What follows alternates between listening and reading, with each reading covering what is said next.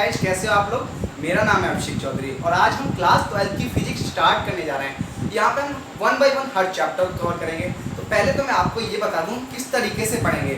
हम यहाँ पे एनसीईआरटी के कंसेप्ट कवर करेंगे सारे, ठीक है। कोशिश करेंगे एक वीडियो में प्रीवियस ईयर क्वेश्चंस भी आपको करा दिए जाएँ। 5 से 10 साल के क्वेश्चंस लेंगे प्रीवियस ईयर क्वेश्चन, साथ में एक वीडियो में सेपरेट वीडियो में सारे एनसीईआरटी के क्वेश्चंस भी कर लेंगे, कुछ एक्स्ट्रा क्वेश्चंस भी लेंगे, है ना, जो अच्छे क्वेश्चन हैं। और जो इंपॉर्टेंट डेरिवेशन होंगे उनको हम बता देंगे कि इंपॉर्टेंट है, पहले से ही आपको पता रहे। और काफ़ी स्टूडेंट्स का ये डाउट रहता है कि हमने 11th में पढ़ाई नहीं की है ना, 8th में पढ़ाई नहीं की है, 9th में पढ़ाई नहीं की है, 10th में पढ़ाई नहीं की है, तो हम अपने गोल को कैसे अचीव कर सकते हैं। अगर आपका गोल 90%, 95%, 98% मार्क्स लाने का है तो डेफिनेटली आप उसे अचीव कर सकते हो। जस्ट आपको इस साल अच्छे से पढ़ाई करनी है। आपको सोचना है कि पहले पढ़ाई की नहीं की, अच्छी बात है, कि बहुत अच्छी बात है, ठीक है। तो उस चीज़ की टेंशन नहीं लेनी है, अभी पढ़ाई करनी पड़, क्योंकि आपकी पढ़ाई के ईयर का ये लास्ट ईयर है ना। इसके बाद तो आप कॉलेज लाइफ में पहुंच जाओगे। तो 12th क्लास है आपकी, तो इसलिए आपको अच्छे से पढ़ाई करनी है इस साल, तभी आप अपने गोल को अचीव कर पाओगे। तो चलिए स्टार्ट करते हैं। तो सबसे पहले में हम लोग इलेक्ट्रिक चार्ज एंड फील्ड से स्टार्ट करें, बट उससे पहले एक बार सिलेबस का ब्रीफ डिस्कशन ले लेते हैं। तो पहले जो हम लोग शुरू के पहले एनसीईआरटी की जो बुक है, शुरू के 3 महीने पहले जो पढ़ेंगे वो पढ़ेंगे हम इलेक्ट्रोमैग्नेटिज्म वाला हिस्सा, इलेक्ट्रोमैग्नेटिज्म वाला हिस्सा।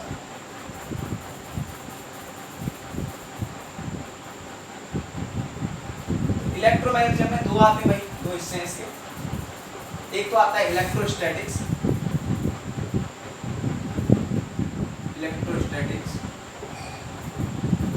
और दूसरा पार्ट है इसका इलेक्ट्रोडायनेमिक्स, इलेक्ट्रोडायनेमिक्स। अगर मैं इलेक्ट्रोस्टैटिक्स की बात करूं तो इसका मतलब होता है चार्ज एट रेस्ट। जो चार्ज है वो रुका हुआ है, चार्ज क्या है, रुका हुआ है, रेस्ट पर है। और इलेक्ट्रोडायनेमिक्स मतलब चार्ज इन मोशन, चलते हुए चार्ज की बात करेंगे हम इलेक्ट्रोडायनेमिक्स के अंदर, ठीक है। इलेक्ट्रोस्टैटिक्स के अंदर दो चैप्टर आते हैं। एक तो आपका पहला चैप्टर जो कि है इलेक्ट्रिक चार्ज एंड फील्ड्स, ये आता है इलेक्ट्रोस्टैटिक्स के अंदर, इलेक्ट्रिक चार्ज एंड फील्ड्स।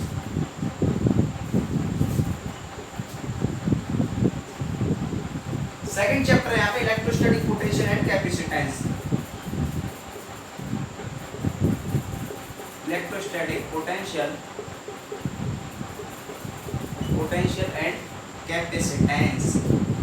यहाँ पे हम कैपेसिटर के बारे में बात करेंगे, ठीक है। ये दोनों चैप्टर्स मिलकर बनाते हैं इलेक्ट्रोस्टैटिक्स की यूनिट, जो कि इलेक्ट्रोमैग्नेटिज्म का एक हिस्सा है, ठीक है। इलेक्ट्रोडायनेमिक्स की बात करें तो ये चार्ज इन मोशन, यहाँ पे आपका जो थर्ड चैप्टर है दैट इज करंट इलेक्ट्रिसिटी। सबसे पहले हम वो पढ़ेंगे करंट इलेक्ट्रिसिटी,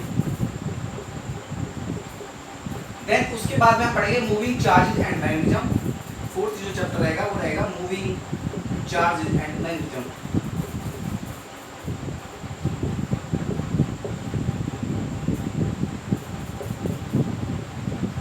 उसके बाद आएगा फिर magnetism and metal, magnetism and metal. 6th chapter आएगा इलेक्ट्रोमैग्नेटिक इंडक्शन, जिसको हम शॉर्ट में बोलते हैं EMI, that is electromagnetic induction. काफी अच्छा चैप्टर है, बहुत मजा आएगा तब आपको पढ़ाएंगे, है ना। 7th चैप्टर है अल्टरनेटिंग करंट।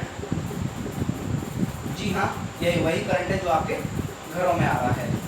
आपके घरों में कौन सा करंट आता है, अल्टरनेटिंग करंट आता है, जो कि फ्लक्चुएट होता है प्लस माइनस में। उसके बाद जो 8th चैप्टर है वो काफी अहम रहेगा। वैसे तो वो काफी छोटा चैप्टर है, लेकिन चैप्टर जो है इलेक्ट्रोमैग्नेटिक वेव्स है, लेकिन वो चैप्टर जो है इन्हीं सातों चैप्टर्स को मिलाता है चार इक्वेशंस के थ्रू। जो 8th चैप्टर है इलेक्ट्रोमैग्नेटिक वेव्स, वो काफी अहम है, काफी छोटा चैप्टर है लेकिन, ठीक है। तो ये इलेक्ट्रोमैग्नेटिज्म की यूनिट कंप्लीट हुई। सेकंड जो एनसीईआरटी की बुक है उसके बाद वहाँ से ऑप्टिक्स स्टार्ट होता है, ऑप्टिक्स की यूनिट स्टार्ट होती है, जिसके अंदर दो चैप्टर हैं। पहले चैप्टर का नाम है रे ऑप्टिक्स, एंड सेकंड का नाम है वेव ऑप्टिक्स, ठीक है। इसको आप नोट कीजिए एक बार। उसके बाद आ जाएगी मॉडर्न फिजिक्स की यूनिट, ये काफ़ी इजी यूनिट होती है। इसमें थ्योरेटिकल पोर्शन थोड़ा ज़्यादा रहता है, बाकी एक कंपेरिजन की बात करें तो इसमें पहला चैप्टर जो आता है वो आता है field nature of matter and radiation, DNMR, जिसको मैं शॉर्ट में बोलता हूँ। सेकंड चैप्टर रहता है एटम्स, जहाँ पे हम एटम्स के बारे में स्टडी करेंगे। थर्ड रहता है न्यूक्लियाई, न्यूक्लियाई। एंड फोर्थ रहता है सेमीकंडक्टर, सेमीकंडक्टर। तो ये आपका एक बार सिलेबस का ब्रीफ डिस्कशन था स्टूडेंट्स, तो आप इसको एक बार नोट कर लीजिए। So students please pause the video to note it down. So students चलिए अब स्टार्ट करते हैं इलेक्ट्रिक चार्ज से कि इलेक्ट्रिक चार्ज होता क्या है। वैसे मैं बात करूँ electric charge and field chapter की, तो काफ़ी नया चैप्टर नहीं है, इससे आप पहले भी वाकिफ हो चुके हो क्लास 10th के अंदर, तब आपने इलेक्ट्रिसिटी पढ़ा था, तो वहाँ पे भी आपने चार्ज के बारे में बात की थी। इलेक्ट्रिसिटी का मेन हीरो कौन होता है? चार्ज होता है, तो चार्ज के बारे में वहाँ पे आपने स्टडी की होगी, वहाँ पे भी पढ़ा होगा चार्ज क्या होता है। तो इसलिए पहले वीडियो को पॉज करिए और सोचिए खुद से कि चार्ज होता क्या है। चार्ज होता क्या है? चार्ज की मैं जनरली बात करूं तो इसको हम लोग बोलते हैं intrinsic property of matter, intrinsic property of matter. That is, ये क्या होती है? इंट्रिंसिक प्रॉपर्टी अंदरूनी प्रॉपर्टी होती है मैटर की, ठीक है, अंदर की प्रॉपर्टी, जिसको हम फर्दर डिवाइड नहीं कर सकते। हम इसके और आगे जाना चाहें तो हम नहीं जा सकते हैं ना। जो सबसे लास्ट चीज हमें पाती है इंट्रिंसिक प्रॉपर्टी बोलते हैं, इसलिए हम चार्ज को इंट्रिंसिक प्रॉपर्टी मैटर, अंदरूनी प्रॉपर्टी, जिसको हम फर्दर और आगे डिवाइड नहीं कर सकते। हम और चीज़ें फाइंड करना चाहें तो फाइंड नहीं कर सकते। अगर इसकी डेफिनेशन लिखना चाहें तो हम इस प्रकार लिखेंगे, the property of electrons and protons, electrons and protons which gives rise to an electric force, rise to an electric force between them, electric force between them। जो कंबाइंड प्रॉपर्टी होती है किसकी? इलेक्ट्रॉन और प्रोटॉन की, जिसकी वजह से electric force पैदा होता है, राइज होता है ना। तो कोई भी जैसे दो अपोजिट चार्ज ले लूँ, एक पॉजिटिव है और दूसरा नेगेटिव है, तो दोनों क्या करेंगे? अपोजिट चार्ज क्लास 10th में पढ़ा होगा, तो ये अट्रैक्ट करेंगे एक दूसरे को। लेकिन सेम चार्जेस ले लूँ वहीं पे मैं, तो क्या करेंगे? एक दूसरे को रिपेल करेंगे, दूर भागेंगे एक दूसरे से, ठीक है। तो वो एक इलेक्ट्रिक फोर्स लगाएंगे, एक चार्ज दूसरे चार्ज पे क्या लगाएगा? फोर्स लगाएगा। तो वही चीज़ लिखी हुई है, या फिर हम इस तरीके से भी लिख सकते हैं, charge is a fundamental property of matter, charge is a fundamental, charge क्या है? फंडामेंटल प्रॉपर्टी है किसकी? मैटर की। property of matter by virtue of which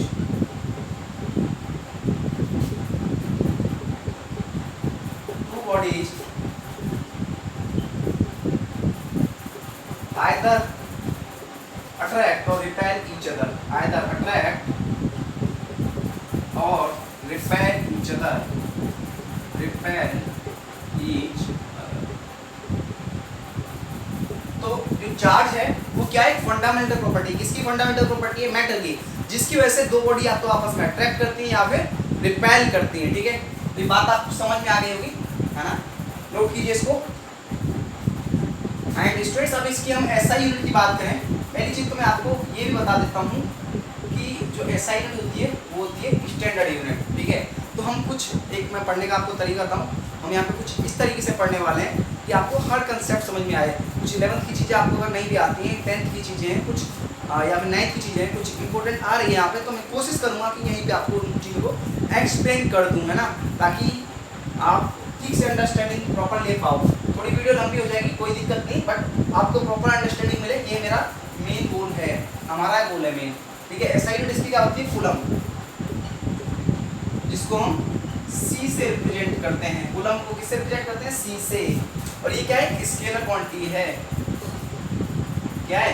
scalar quantity. अब स्टूडेंट्स के मन में सवाल उठ रहा होगा कि स्केलर क्वांटिटी और वेक्टर क्वांटिटी आप लोगों ने क्लास 9th में पढ़ी होंगी। सबसे पहले scalar quantity, then vector quantity, then आपने ये पढ़ी होंगी 11th क्लास में, जहाँ पे वेक्टर चैप्टर पढ़ा होगा। तो एक बार मैं जल्दी से आपको बता देता हूँ, आप नोट कीजिएगा। तो स्केलर क्वांटिटीज वो क्वांटिटी होती हैं जिनके केवल पास मैग्नीट्यूड होता है, डायरेक्शन नहीं होती। जैसे कि मैं एग्जांपल के लिए लूँ, 5 लीटर दूध, है ना, मैंने पूछा टाइम कितना हो रहा है, तो आप बताओगे 5 बज रहे हैं, या फिर मैं बोल दूँ मैं 5 किलोमीटर रनिंग करके आया हूँ। तो इसमें क्या है? मैग्नीट्यूड है, डायरेक्शन नहीं है। मैं रनिंग करके आया हूँ 5 किलोमीटर, किधर रनिंग करके आया हूँ मैंने बताया नहीं बताया। अगर यहीं पे मैं बोल देता हूँ कि मैं 5 किलोमीटर ईस्ट डायरेक्शन में रनिंग करके आया हूँ, तो इस चीज़ को मैं क्या बोलूँगा, डिस्प्लेसमेंट बोलूँगा, क्योंकि इसमें मैंने फिक्स डायरेक्शन बताई है। ठीक है, तो जो डिस्प्लेसमेंट होता है उसकी डायरेक्शन भी होती है ना, डिस्प्लेसमेंट की डायरेक्शन भी होती है। और जिनकी डायरेक्शन भी हो, मैग्नीट्यूड भी हो, ऐसी क्वांटिटीज को हम बोलते हैं vector quantities. Vector quantities are those quantities which have both magnitude and direction, while scalar quantities are those quantities which are having only magnitude, they don't have direction। Scalar quantities का direction नहीं होता है, only magnitude. ठीक है, only magnitude होता है भाई इनका। शॉर्ट में लिख सकते हो, डायरेक्शन नहीं होता है। डायरेक्शन की बात करें तो डायरेक्शन नहीं होता है। सो स्टूडेंट्स आप इसको नोट कीजिए, नोट कीजिए, आपने नोट कर लिया होगा। अब हम बात करें टाइप्स ऑफ चार्जेस की, तो आप लोगों ने क्लास 10 में ही पढ़ लिए थे, दो तरीके के चार्ज होते हैं, एक पॉजिटिव और एक नेगेटिव। टाइप्स ऑफ चार्जेस, इसमें मैं आपको काफी इंटरेस्टिंग स्टोरी भी बताऊंगा एक। ठीक है, कि चार्जेस पॉजिटिव नेगेटिव दो ही तरीके के क्यों होते हैं, और इनका नाम पॉजिटिव और नेगेटिव ही क्यों पड़ा, कुछ और नाम क्यों नहीं पड़ा, अल्फा और बीटा क्यों नहीं बोलते हम इनको, पॉजिटिव और नेगेटिव ही क्यों बोलते हैं। तो पहली चीज बात करें तो हम दो तरीके के चार्ज होते हैं, दो तरीके के चार्ज होते हैं। First is positive charge, positive charge, positive को हम कुछ इस तरीके से रिप्रेजेंट करते हैं, पॉजिटिव।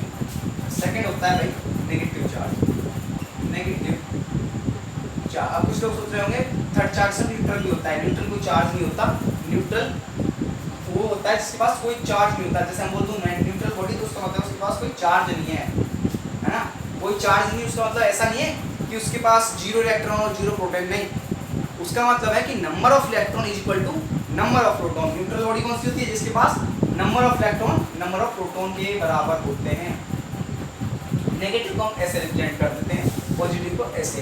तो हम लोगों ने एक चीज पढ़ी थी, लाइक चार्ज मतलब same charge, repel each other, है ना, और unlike charge attract each other, unlike charge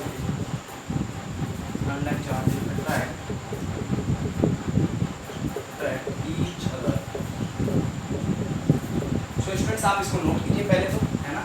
फिर मैं एक एग्जांपल की बात करूं, जैसे कि मैं ले लेता हूं पॉजिटिव चार्ज या फिर नेगेटिव चार्ज। अब मैं पूछूं यहाँ पे अट्रैक्शन होगा या रिपल्सन होगा, तो आपका जवाब आना चाहिए कि भाई ये क्या है। पहली चीज तो ये क्या है, लाइक चार्ज है, लाइक चार्ज है, लाइक चार्ज मतलब सेम चार्जेस, है ना। तो इनके बीच में क्या होगा, रिपल्सन होगा, होगा कि नहीं होगा, क्योंकि सेम चार्ज तो रिपेल करते हैं एक दूसरे को, एक दूसरे से दूर भागेंगे। क्या करेंगे, एक दूसरे से दूर भागेंगे। अभी मैं यहाँ पे ले लूँ पॉजिटिव नेगेटिव या फिर नेगेटिव पॉजिटिव, क्या है, अनलाइक चार्जेस यानी डिफरेंट चार्जेस, अनलाइक चार्जेस। ठीक है, तो क्या करेंगे, कुछ नहीं करेंगे, अट्रैक्शन करेंगे। क्या करेंगे, अट्रैक्शन। दोनों के बीच में क्या होगा, अट्रैक्शन होगा। सेम चार्ज क्या करते हैं, रिपेल करते हैं, अपोजिट चार्जेस अट्रैक्ट करते हैं। सो स्टूडेंट्स आप इसको नोट कर लीजिए एक बार। न्यूट्रल बॉडी की, ये न्यूट्रल बॉडी होती क्या है, बात करता हूँ न्यूट्रल बॉडी की। न्यूट्रल बॉडी, अब कुछ लोग सोच रहे होंगे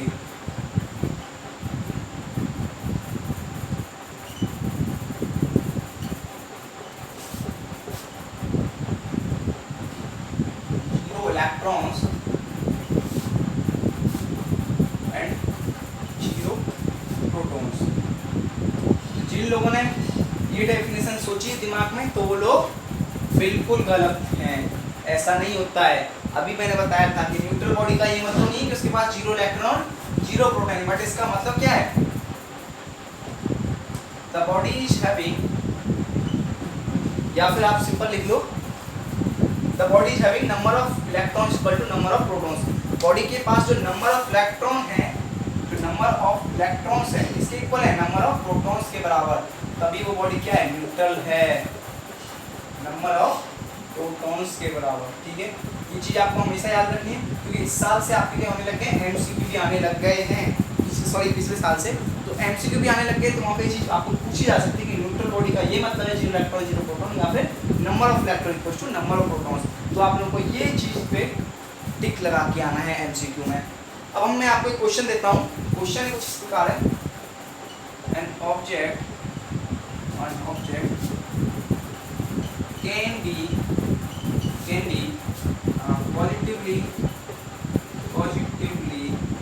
can be positively charged। तो इसमें कुछ ऑप्शंस हैं। पहला ऑप्शन है ए, by adding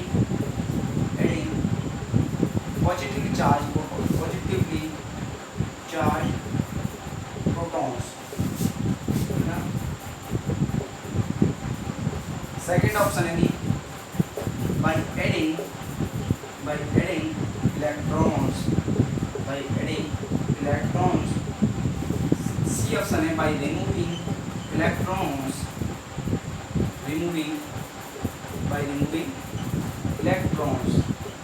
या फिर डी ऑप्शन है none of these। तो कौन सा ऑप्शन सही होगा ये आपको बताना है। ट्राई कीजिए, क्वेश्चन को पॉज करके वीडियो को पॉज कीजिए और ट्राई कीजिए कौन सा ऑप्शन सही रहेगा। किसी ऑब्जेक्ट को हम पॉजिटिवली चार्ज कैसे कर सकते हैं? पॉजिटिवली चार्ज प्रोटॉन देके, या फिर इलेक्ट्रॉन देके, या फिर इलेक्ट्रॉन्स को रिमूव करके, या फिर इनमें से कोई भी नहीं। बताइए, जिन लोगों ने इस चीज़ सोची है उनका ऑप्शन ए होगा, तो वो लोग बिल्कुल गलत हैं, क्योंकि इसका ऑप्शन है सी। हम लोग इलेक्ट्रॉन्स को रिमूव करके किसी भी बॉडी को पॉजिटिवली चार्ज बना सकते हैं। ठीक है, तो ये आपको चीज़ याद रखनी है,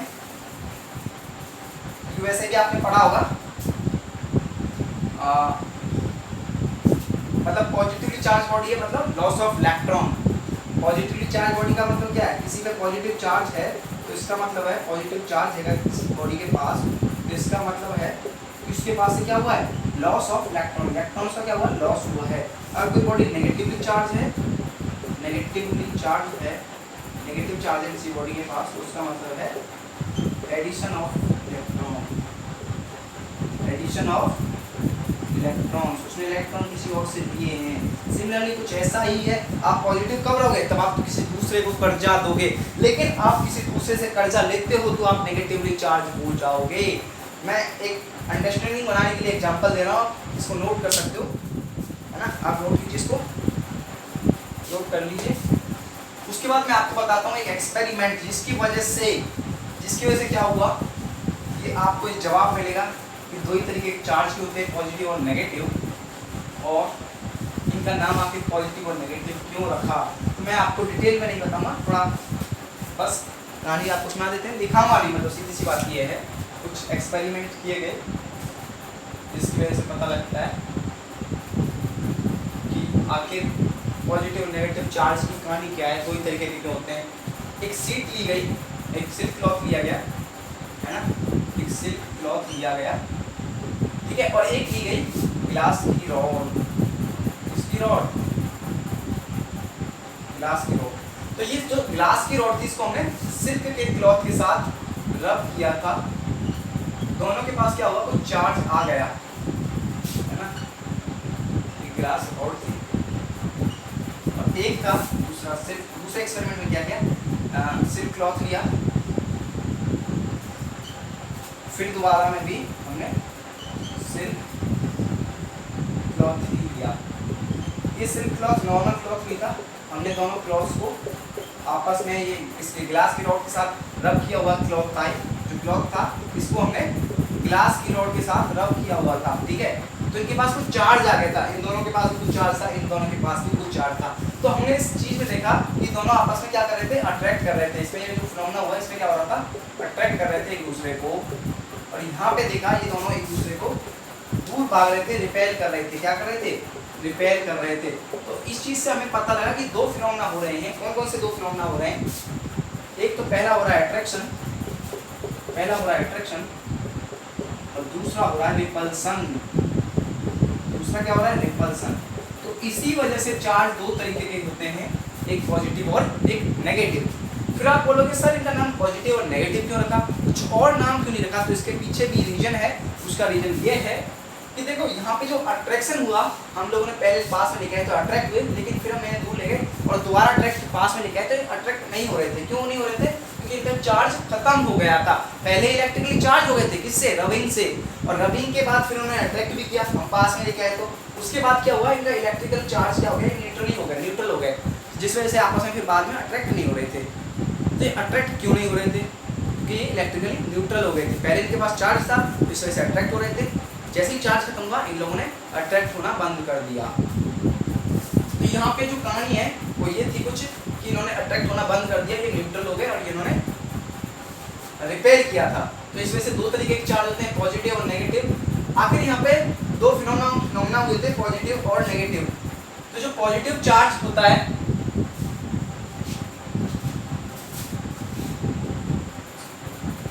सो स्टूडेंट्स हम बात कर रहे थे कि पॉजिटिव और नेगेटिव नाम क्यों पड़ा।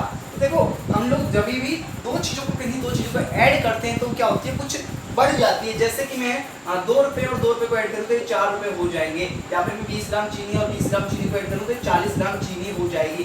बट यहाँ पे क्या हुआ? पहले ये चार्ज थे, बाद में पास लेके आए तो ये खत्म हो गया, चार्ज इनका खत्म हो गया। तो यहाँ पे नुकसान हो रहा था, मतलब चीज़ें गायब हो रही थी ऐड करने पे। तो ऐसा पॉसिबल कहाँ है? ऐसा केवल मैथ में पॉसिबल है। तब हम +2 में -2 ऐड करें तो ये क्या आ जाएगा? 0 आ जाएगा, ये दोनों खत्म हो जाएंगे। या फिर +4 में -4 ऐड करें तो ये क्या हो जाएगा? 0 आ जाएगा, ये खत्म हो जाएंगे। तो ऐसा केवल पॉसिबल कहाँ पे? मैथ में। तो इसी वजह से यहाँ से ही हमने पॉजिटिव और नेगेटिव नाम रख दिए चार्जेस के। ठीक है, तो काफ़ी इंटरेस्टिंग कहानी थी। आप इन एक्सपेरिमेंट्स को, ऑब्जर्वेशंस को नोट कर सकते हो। सो स्टूडेंट्स अब एक क्वेश्चन डिस्कस करते हैं। क्वेश्चन कुछ इस प्रकार है। क्वेश्चन है what does Q1 plus Q2 equals to 0 signify in electrostatics। तो सवाल बोल रहा है कि Q1 plus Q2 दो चार्ज हैं, इनका जो एडिशन है 0 के इक्वल आ रहा है। तो ये क्या दर्शा रहा है इलेक्ट्रोस्टैटिक्स के अंदर? तो ये क्या दर्शा रहा है? सोचो, अभी मैंने बताया द चार्जेस आर, ये दर्शा रहा है the charges are equal in magnitude. Magnitude में क्या है? इक्वल है, equal in magnitude, but opposite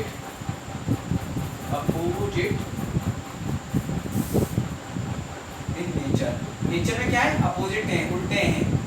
जो चार्ज है इक्वल है मैग्नीट्यूड में, ठीक है, बट अपोजिट है नेचर में। मैंने यही बताया था, दोनों चीज़ों को हम ऐड करते हैं वो 0 के इक्वल तभी आएगी कि जब एक +2 है जैसे और एक दूसरा -2 है। तो देखो मैग्नीट्यूड इनका सेम है लेकिन साइन डिफरेंट है, पॉजिटिव है नेगेटिव है।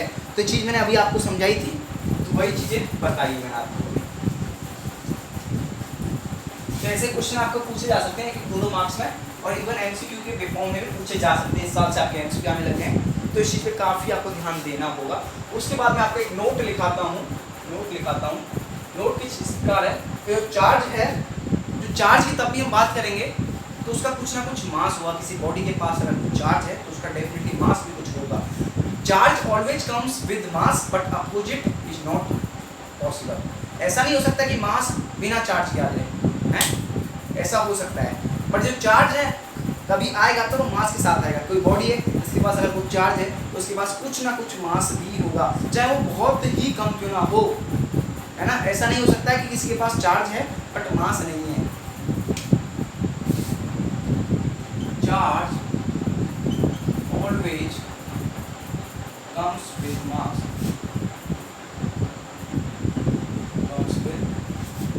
बट ऐसा नहीं कि मास हमेशा चार्ज के साथ है। चार्ज तो हमेशा मास के साथ आएगा, बट इसका converse need not to be true. जरूरत पता नहीं भाई, सही हो भी सकता है, need not to be true, ठीक है, सही हो भी सकता है और ना भी हो। वही दोनों चीजें मैं आपको दिखा दी यहाँ पे, ठीक है, नोट कीजिए। अब उसके बाद काफ़ी साल हमने देखा है, काफ़ी प्रीवियस ईयर क्वेश्चंस में भी चार्ज और मास के बीच का डिफरेंस बहुत ज़्यादा पूछा जाता है। तो उसको एक बार देख लेते हैं कि चार्ज और मास के बीच का डिफरेंस क्या होता है। तो हेडिंग लगाइए यहाँ पे चार्ज, यहाँ पे चार्ज लिखिए और यहाँ पे मास लिखिए। तो देखो आपने देखा होगा चार्ज जो है पॉजिटिव भी हो सकता है, नेगेटिव भी हो सकता है और जीरो भी हो सकता है।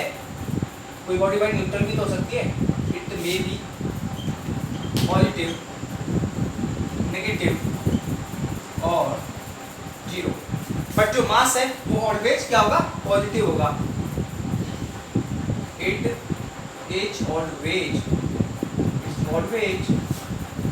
पॉजिटिव, ये हमेशा पॉजिटिव होता है। बात समझ में आ रही है? क्योंकि चार्ज जो है पॉजिटिव भी हो सकता है, नेगेटिव भी हो सकता है और जीरो भी हो सकता है। और सेकंड जो पॉइंट है चार्ज का वो ये है कि स्पीड पे डिपेंड नहीं करता है, charge is independent of speed.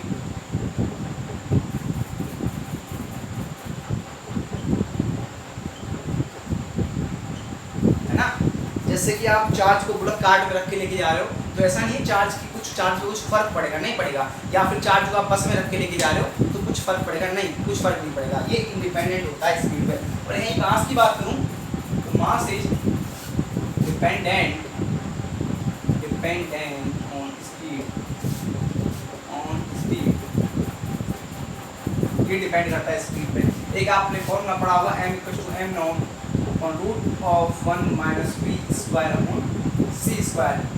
जो c² है यहाँ पे c होता है स्पीड ऑफ लाइट, c क्या होती है, स्पीड ऑफ लाइट होती है, that is equal to 3 × 10⁸ metre per second. ये स्पीड ऑफ लाइट होती है, आप याद रख सकते हो इस चीज को। m0 जो ये रेस्ट मास होता है, ये रेस्ट मास होता है, और जो m है ये होता है mass of body, mass of body. आप इसको इस तरीके से समझ सकते हो कि जब आप रनिंग करते हो तो जो आपका मास होता है एक्चुअली में बॉडी का कुछ डिफरेंट होता है, बट जो हम प्रैक्टिकल टर्म्स में बात करते हैं तो जो मास है बॉडी का वो रेस्ट मास के इक्वल होता है। कैसे इक्वल होता है भाई? अभी मैं आपको एक एग्जांपल देकर समझाता हूँ। जो अगर आप दौड़ते हो उस समय तो आपकी स्पीड कितनी होती है, 5 metre per second, 4 metre per second या फिर 10 मीटर पर सेकंड। तो v की वैल्यू अगर 10 मीटर पर सेकंड हो जाए और नीचे c की वैल्यू क्या है, 3 × 10⁸ मीटर पर सेकंड, तब आप यहाँ पे 10 पुट करोगे और इससे अगर डिवाइड करोगे ये कितना ज़्यादा हो जाएगा, 3 × 10⁸ सेकंड, मतलब 8 मीटर पर सेकंड। इतना बड़ा टर्म है और ये 10 मीटर पर सेकंड, ये कितनी छोटी टर्म्स है। तब आप इसको v को c² से डिवाइड करोगे, इसमें भी इसका स्क्वायर लेना है तो ये नियरली इक्वल आ जाएगी 0 के। तो √1 बचेगा यहाँ पे, और √1 का अगर रूट लेते हैं 1 का तो 1 के इक्वल ही आता है। तो यहाँ पे इसलिए हम बोलते हैं कि जो मास है बॉडी का वो रेस्ट मास के ही इक्वल होता है। आपको इतने डिटेल में जाने की जरूरत नहीं है, आप इतना याद रख सकते हो कि मास जो है स्पीड पे डिपेंड करता है। सो गाइस आप इसको एक बार नोट कीजिए।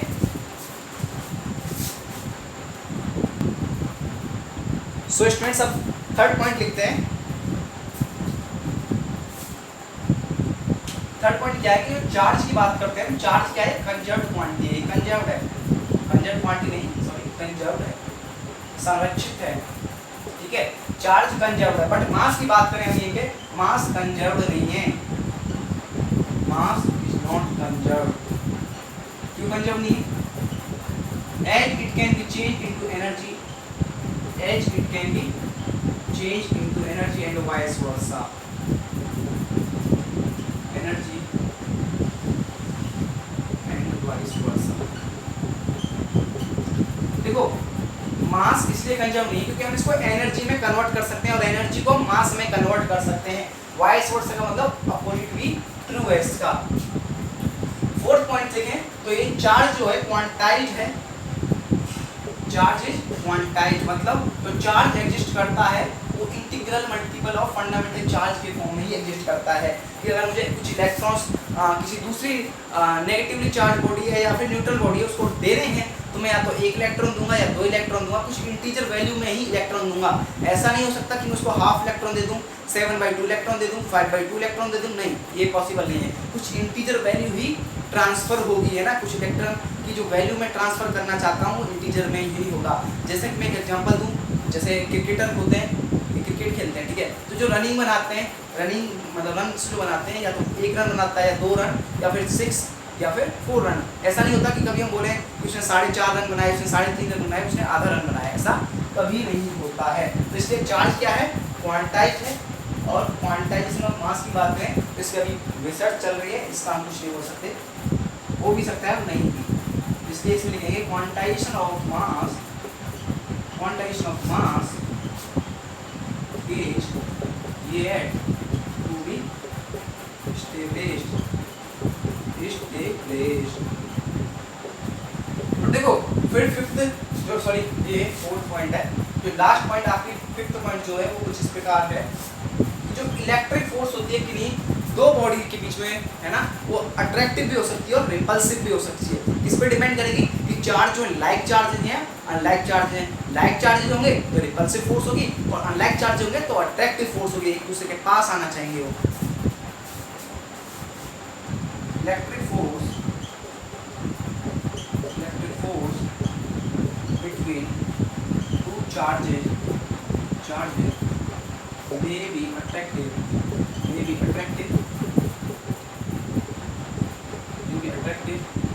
or repulsive depending upon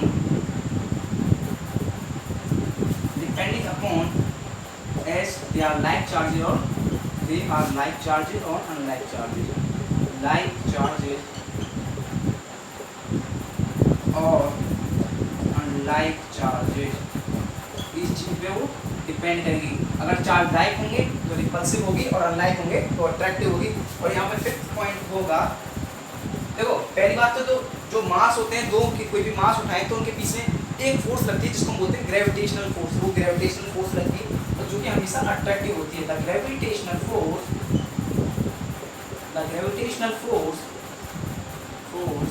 between masses is always attractive। जो किन्हीं भी दो मासेस के बीच में फोर्स होती है ग्रेविटेशनल फोर्स, वो हमेशा क्या होती है अट्रैक्टिव होती है। सो स्टूडेंट्स आज की वीडियो में इतना ही। नेक्स्ट वीडियो में हम बात करेंगे क्वांटाइजेशन ऑफ चार्ज पे और कुछ न्यूमेरिकल्स भी करेंगे अच्छे।